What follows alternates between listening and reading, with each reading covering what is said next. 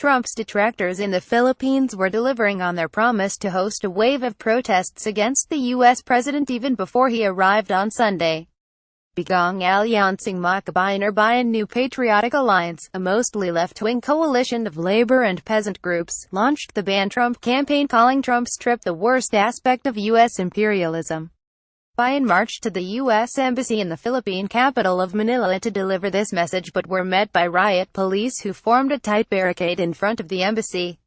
Read more. Philippines Rodrigo Duterte I will never visit lousy U.S. Donald Trump is a threat to democracy and world peace as shown in the way he has carried himself as President of the United States, Bayan spokesperson Teddy Casino told DW.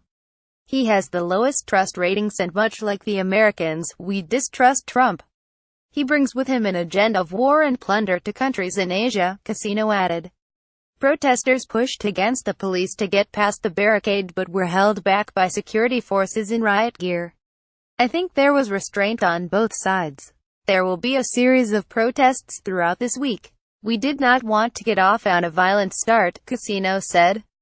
Duterte once likened himself to Trump because they both cuss moral benchmark. Trump's Philippines visit is the last leg of his whirlwind 12-day trip to various Asian countries. The U.S. leader is attending a gala dinner in Manila on Sunday, honoring the 50th anniversary of Association of Southeast Asian Nations ASEAN, and then he is meeting Philippine President Rodrigo Duterte on Monday for bilateral talks.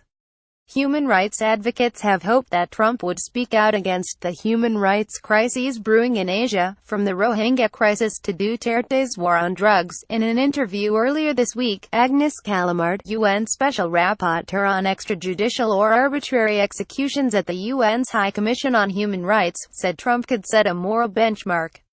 Rodrigo Duterte's rise in Philippine politics began in the spring of 2016. He was considered an outsider in the presidential election, but he gradually gained popularity due to a radical election campaign that promised to free the Philippines from drugs and corruption. On May 9, 2016, Duterte was elected to the presidency with almost 40% of the total votes and a big lead over other candidates. As mayor of Davao, he had transformed the southern city from a mafia-run place into an economically prosperous area. However, human rights activists accuse him of using death squads and brutal force to achieve this goal. Duterte is known for his sore temper. After coming to power, he threatened to break ties with the EU, the US and Australia. He also publicly insulted foreign leaders like Barack Obama because the former US president labeled Duterte's drug war as inhuman. Duterte also announced that his government would scale down dependence on the US and get closer to China and Russia. In July 2016, the Philippines won a lawsuit against China at the Permanent Court of Arbitration in The Hague that rejected Beijing's territorial claims on the South China Sea. China refused to accept the court's ruling. Manila nevertheless celebrated it as a victory but remained cautious in its approach toward China due to its economic interests with Beijing. Leila de Lima, a senator and former director of the Philippine Human Rights Commission, has emerged as Duterte's most powerful opponent during his 1 year in power. She is leading a Senate probe into extrajudicial killings in Duterte's war on drugs. One of Duterte's most controversial decisions during his 1 year in power was to allow the former dictator, Ferdinand Marcos' body to be buried in Manila. Marcos had been denied this honor due to massive human rights violations during his reign. Human rights activists and church representatives held demonstrations against Marcos' hero's burial. In May, militant groups affiliated with the self-styled Islamic State group took control of the southern city of Marawi. Duterte declared martial law in Mindanao province and his forces have been trying to recapture the city for weeks. More than 200 people have been killed in the fighting and thousands have fled the town. Author Thomas Lachin SHS It is extremely important that President Trump or anyone else with that kind of stature uses their position in the global community to say and take a stand, Calamard said.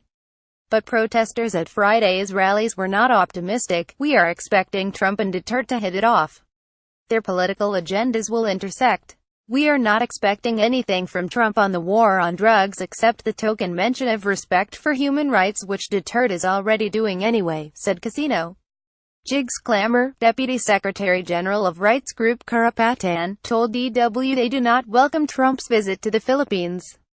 It is hypocrisy on the part of the U.S. government to criticize human rights violations when it is supporting Duterte's war on drugs that has claimed the lives of mostly poor suspected illicit drug users and pushers. Citing U.S. Congress documents, Clamor said that the U.S. government allocated $9 million €7.7 million for the Philippines to support police training and infrastructure development. The money is now being used to fund the Duterte administration's brutally violent war against drugs, he noted, adding next year, the U.S. is allocating $111 million as military assistance to the country, with $7 million of that to be used for the country's anti-drug campaign. Bayan launched the Ban Trump campaign, calling Trump's trip the worst aspect of U.S. imperialism cut from the same political tapestry. The U.S. and the Philippines have a shared but not always happy history.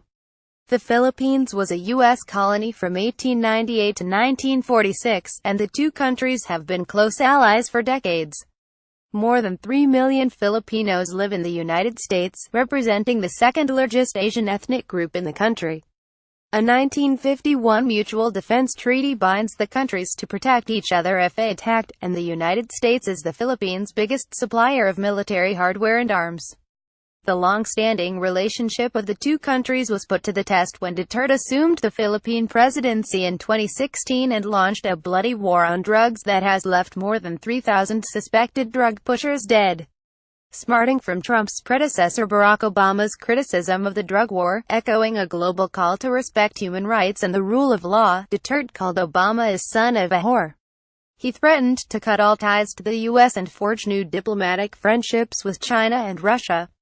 Duterte insulted Trump's predecessor Obama by calling him a son of a whore. That may change now, with President Trump seen as cut from the same political tapestry as Duterte, who has been labeled as Trump of the East. Broken promises at another protest on Friday at Mendiola Peace Arch, a traditional staging ground for demonstrations. About 100 people from urban poor communities and student groups resisted an alliance between Trump and Duterte, citing the Philippine president's tendency to backpedal on his pronouncements and his promises. He said he would kick the Americans out of the Philippines. Why is Trump now coming here? Are we just being taken for a ride? Asked Australia Bagatbat, vice chairperson of Katame, a group representing the urban poor. Among the protesters were informal settlers whose homes were demolished about 3 weeks ago. Bagatbat said that the billions of pesos the Philippine government is spending over the visit of Trump and other world leaders could have been used to build homes and provide livelihoods for these people.